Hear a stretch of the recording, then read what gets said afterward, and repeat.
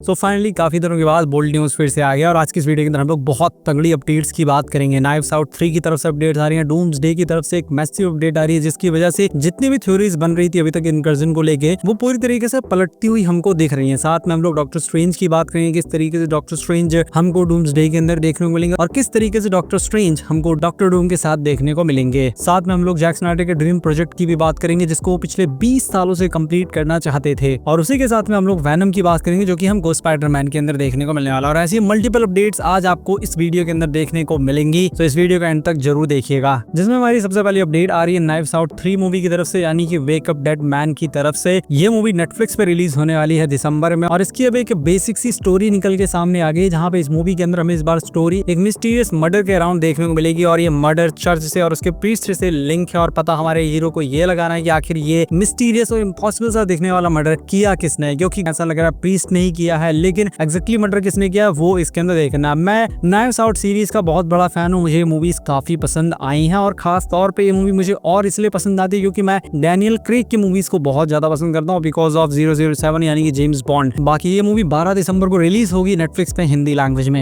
Next update doomsday की तरफ से आ रही है और इस अपडेट को सुन के आप पूरी तरीके से शॉक्ड हो जाएंगे और थ्योरीज जो बन रही थी वो भी थोड़ी सी अब गड़बड़ा जाएंगी, क्योंकि रिपोर्ट्स निकल के आ रही है शूटिंग लोकेशन की तरफ से, जहाँ पे उस सेट को रीडिजाइन किया जा रहा है, उस घर को रीडिजाइन किया जा रहा है जहाँ पे पैगी कार्टर और कैप्टन अमेरिका हमें एंड गेम के लास्ट में देखने को मिले, तो उसको रीडिजाइन किया जा रहा है। साथ में यहाँ पे कैप्टन अमेरिका भी है यानी कि क्रिस इवांस भी है, साथ में कुछ और एक्टर्स भी हैं जिनके नाम अभी तक डिस्क्लोज नहीं किए गए हैं और इस हाउस को सीक्रेट रखने के लिए इसको ल्यूक केज हाउस कहा जा रहा है और क्रिस इवांस का नाम भी ल्यूक केज रखा गया है। बाकी रिपोर्ट्स की माने तो ये जो घर बनाया गया है और यहाँ पे जो चीजें दिखाई जाने वाली हैं वो इसलिए दिखाई जाने वाली हैं क्योंकि कैप्टन अमेरिका की वजह से इनकर्जन स्टार्ट हुआ, या हो सकता उनका भी इनकर्जन में रोल हो क्योंकि उन्होंने पास में जाके बहुत सी चीजें चेंज की हैं, उसकी वजह से इनकर्जन स्टार्ट हो रहा है। तो अभी तक जितनी भी थ्योरीज बन रही थी कि इसकी वजह से उसकी वजह से, तो हो सकता है इनकर्जन की शुरुआत यहीं से हुई हो, या हो सकता है उस बहुत बड़ी इनकर्जन में एक हाथ कैप्टन अमेरिका का भी हो। एग्जैक्टली क्या है वो तो बाद में पता लगेगा, लेकिन सुन के ही काफी एक्साइटेड मैं इस मूवी के लिए हो रहा हूँ। भले ही मार्वल की बाकी मूवीज फ्लॉप हो रही हो, अच्छा परफॉर्म ना कर रही हो, लेकिन डूम्सडे के लिए एक्साइटमेंट एक अलग ही लेवल पर है। नेक्स्ट अपडेट स्पाइडरमैन मूवी की तरफ से आ रही है, यानी कि ब्रांड न्यू डे की तरफ से आ रही है। इस मूवी के अंदर मल्टीपल हीरोज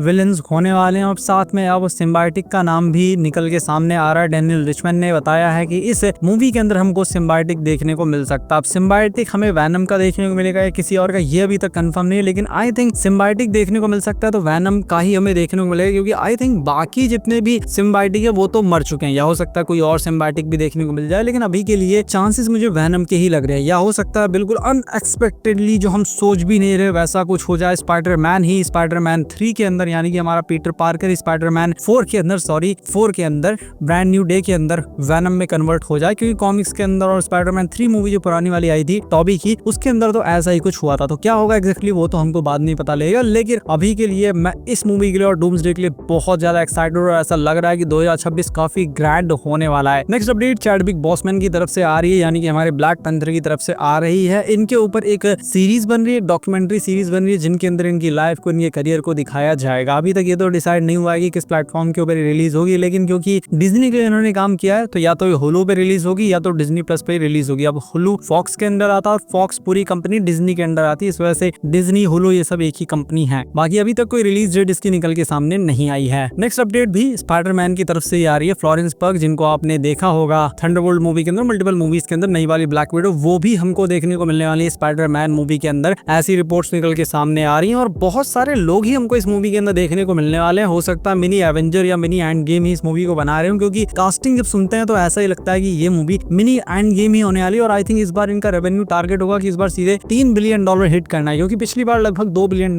तो हो ही गया था। नेक्स्ट अपडेट जैक स्नाइडर की तरफ से आ रही है। जैक स्नाइडर का एक पैशन प्रोजेक्ट था जो कि पिछले 20 साल से वो कंप्लीट नहीं कर पाए थे बहुत से रीजंस की वजह से, लेकिन अब फाइनली उन्होंने इस मूवी के ऊपर काम करना शुरू कर दिया है, जिसका नाम है द लास्ट फोटोग्राफ, जिसके अंदर में एक एक्स DEA ऑपरेटिव की कहानी देखने को मिलेगी जो कि साउथ अमेरिका के अंदर माउंटेन्स को खंगालता है ताकि वहां पे वो अपनी भांजी को, नीज को ढूंढ सके। एक्चुअली नीज नहीं, नीज और नेफ्यू दोनों को ढूंढना चाहता है। जब उनके डिप्लोमेट पेरेंट्स का मर्डर हो जाता है, जैसे कि एस जयशंकर है, उसी तरह उनके पिताजी माताजी डिप्लोमेट थे, उनका मर्डर हो गया, उसके बाद वो मिसिंग है और उनको एक आदमी, एक एक्स DEA एजेंट ढूंढने जाएगा। उसकी कहानी हमें इसके अंदर देखने को मिलेगी। मूवी आपको सुनने में नॉर्मल लग सकती है, लेकिन जैसे ही आप म्यूजिक कंपोजर का नाम सुनेंगे तो आप शॉक्ड हो जाएंगे। इसके म्यूजिक कंपोजर हैं हैंस जिमर। जी आपने बिल्कुल सही सुना, वही जो रामायण के अंदर म्यूजिक दे रहे हैं, वही जिन्होंने इंटरस्टेलर के अंदर म्यूजिक दिया था, वही जिन्होंने जिन्होंने मैन ऑफ स्टील मूवी के अंदर म्यूजिक दिया था वही इस मूवी के अंदर म्यूजिक दे रहे हैं। तो इसीलिए ये काफी अच्छी मूवी हो सकती है। स्टोरी सुनने में एक नॉर्मल सी क्राइम ड्रामा लग रही है, लेकिन क्या पता जैक स्नाइडर इसको क्या बना दे। तो मैं तो इस मूवी के लिए भी काफी एक्साइटेड हूँ। अभी के लिए 2026 की थिएटर रिलीज बताई जा रही है, लेकिन 2026 में कब हमें ये देखने को मिलेगी, मोस्ट प्रोबेबली मुझे लगता है 2026 के एंड तक ही हमें ये मूवी देखने को मिलेगी। नेक्स्ट अपडेट आ रही है डॉक्टर स्ट्रेंज की तरफ से। बताया ये जा रहा है कि डॉक्टर स्ट्रेंज हमको सीक्रेट वॉर या डूम्सडे के अंदर देखने को मिल सकते हैं। आप लोगों को याद होगा डॉक्टर स्ट्रेंज 2 मूवी के अंदर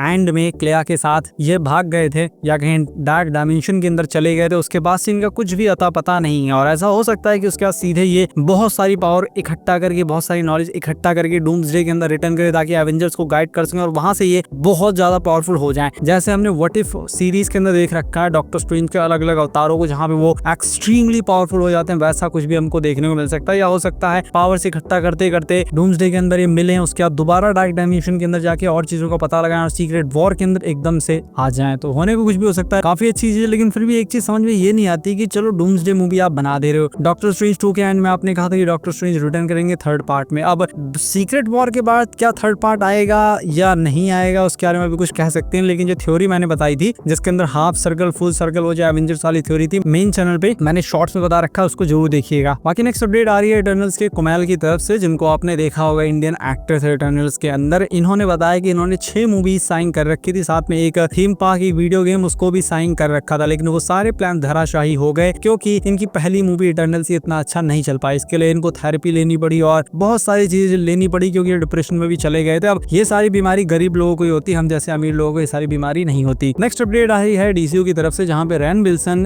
प्लास्टिक मैन का रोल निभाना चाहते हैं डीसीयू के अंदर, क्योंकि ये प्लास्टिक मैन के बहुत बड़े फैंस हैं, कॉमिक्स भी पढ़ रखी है और इन्होंने इसके बारे में बात भी कर रखी है। और इनका ये मानना है कि ये इस रोल के लिए बेस्ट हो सकते हैं। इवन अगर इनको ना भी लिया जाए तो ये प्लास्टिक मैन को मूवी के अंदर जरूर देखना चाहेंगे। तो इससे मुझको लगता है कि हो सकता है इनको ले भी लिया जाए, क्योंकि इनकी शक्ल देख के प्लास्टिक मैन से बहुत हद तक ये मैच भी करते हैं। लेकिन प्लास्टिक मैन जहां तक मैंने सुना है बहुत ज्यादा पावरफुल कैरेक्टर है जब वो अपने पर आता है तब। तो क्या इतने पावरफुल कैरेक्टर के लिए इन एक्टर को लिया जाएगा नहीं लिया जाएगा उसके बारे में भी कह सकता नहीं हूँ, लेकिन फिर भी अगर ले लेंगे तो भी एज सच कोई बहुत बड़ी दिक्कत होगी नहीं, क्योंकि कुछ हद तक ये काफी अच्छे लगेंगे प्लास्टिक मैन के रोल में। बाकी नेक्स्ट अपडेट आ रहा है रॉबर्ट डाउनी जूनियर की तरफ से, यानी कि डूम्सडे मूवी की तरफ से, जहां पे रिपोर्ट्स का ऐसा कहना है, रूमर्स का ऐसा कहना है कि डूम्सडे मूवी के अंदर हमको डॉक्टर स्ट्रेंज डॉक्टर डूम के साथ देखने को मिल सकते हैं। लेकिन कहीं पे ये कंफर्म नहीं किया कि ये हमारे अर्थ 616 के डॉक्टर स्ट्रेंज है या कोई और वेरिएंट है, क्योंकि multiple variants multiple super heroes के हमको देखने को मिलने वाले हैं डूम्सडे मूवी के अंदर। तो ऐसा पॉसिबल है कि बहुत सारे डॉक्टर स्ट्रेंज, मैं किसी एक डॉक्टर स्ट्रेंज की बात नहीं कर रहा हूँ, multiple doctor strange multiple dimensions के डॉक्टर डूम के साथ हमको देखने को मिल जाए, क्योंकि डॉक्टर डूम का एक विजन है, उसका कुछ मानना है, वो इनकर्जन को रोकना चाहता है और उसके विजन के साथ बहुत सारे लोग डेफिनेटली अलाइन हो जाएंगे और वो लोग उसके साथ जाएंगे और बहुत से लोग एवेंजर्स के साथ जाएंगे। दोनों लोगों के रास्ते अलग होंगे, लेकिन मकसद एक ही होगा कि इनकर्जन को रोकना है। तो आगे क्या होता है वो तो मूवी के अंदर ही पता लगेगा, लेकिन जो रिपोर्ट्स निकल के सामने आ रही है वो काफी एक्साइटेड हैं। सो इसीलिए ऐसी कमाल की एक्साइटिंग अपडेट्स को जानने के लिए इस चैनल को अभी सब्सक्राइब कर लीजिए। थंडरबोल्ट मूवी के अंदर आपने विश्वनाथन के कैरेक्टर को देखा होगा, जो कि काफी अच्छा कैरेक्टर था उस मूवी के अंदर। जब से वो मूवी आई थी तभी से ये हवाएं चल रही थी कि ये हमको मूवी के अंदर या आने वाली मूवीज के अंदर सॉन्ग बर्ड के रोल में देखने को मिल सकती है, जहाँ पे इनसे सवाल भी इसके रिलेटेड पूछे गए। सो उन्होंने बताया कि इसके बारे में इनको कुछ पता है नहीं, लेकिन अगर एमसीयू इनको ऑफर करेगा तो खुशी खुशी इस रोल को ले लेंगी। अब इसके चांसेस मुझे काफी हद तक लग रहे हैं कि हो सकता है डूम्सडे के अंदर हमको सॉन्ग बर्ड का कैरेक्टर देखने को मिल जाए और वहाँ पे विश्वनाथन हो, क्योंकि हवाएं बहुत चल रही है इसके रिलेटेड और एमसीयू को भी ये सब बातें या रूसो ब्रदर्स को भी ये सब बातें समझ में आई होंगी, उन्होंने सुनी होंगी। तो हो सकता है वो इसके कैरेक्टर हो, इस कैरेक्टर को डाल भी दे मूवी के अंदर। आप लोगों ने सुपरमैन मूवी देख ली होगी, अब तैयार हो जाइए सुपर फैमिली मूवी देखने के लिए, क्योंकि जेम्स गन सुपर फैमिली की एक स्क्रिप्ट लिख रहे हैं जिसके अंदर वो लोग मल्टीपल सुपर हीरोज को कवर करेंगे। आई थिंक उसके अंदर सुपर गर्ल सुपरमैन कुछ भी हो सकता है। अभी के लिए इतना ही पता है कि स्क्रिप्ट लिखी जा रही है। मैं ज्यादा कुछ जानता नहीं हूँ सुपर फैमिली के बारे में कि इसके अंदर कौन कौन से कैरेक्टर्स हमें देखने को मिलेंगे, लेकिन जो लोग सुपरमैन के फैन हैं वो लोग डेफिनेटली एक्साइटेड हो जाइए। कब ये मूवी देखने को मिलेगी उसके बारे में कुछ कह सकते नहीं है, लेकिन मुझे लगता है 2028 तक ही हमें देखने को मिलेगी, उससे पहले तो देखने को नहीं मिलने वाली। आप लोगों ने 2016 की सुसाइड स्क्वाड मूवी देखी होगी, जिसके अंदर वो भूत प्रेत वाली जो कैरेक्टर थी जो कि तुरंत एक प्रेत में बदल जाती थी नॉर्मल इंसान से, उसको तो आप लोग डेफिनेटली जानते ही होंगे। और रिपोर्ट्स की माने, रूमर्स की माने तो हमको स्क्विड गेम की सीजन 2 के अंदर आने वाले एपिसोड्स के अंदर वही कैरेक्टर देखने को मिलने वाली है, सेम वही एक्टर्स वही कैरेक्टर देखने को मिलेगा। तो इस कैरेक्टर को देखने के लिए मैं तो काफी एक्साइटेड हूँ। और ये जो सीजन 2 है ये बहुत कुछ हमको आने वाले डीसीयू के बारे में बताएगा, क्योंकि मल्टीवर्स भी इसके अंदर इंट्रोड्यूस करा दिया गया है। तो पहला एपिसोड तो मुझे काफी पसंद आया, मैंने रिव्यू भी किया और बाकी के एपिसोड भी डेफिनेटली मैं देखूंगा और उसका फुल रिव्यू भी आप लोगों लोगों के लिए करूंगा। बाकी अगर आपको वीडियो पसंद है तो इस वीडियो को लाइक कीजिए, चैनल को सब्सक्राइब कीजिए। मैं मिलता हूँ आपसे अपनी नेक्स्ट वीडियो में और मैं कोशिश करूंगा मैं जल्दी इसके और एपिसोड्स लेकर के आऊँ, बोल्ड न्यूज आप लोगों के लिए लेकर के आऊँ, क्योंकि बोल्ड न्यूज आपको बहुत ज्यादा पसंद है।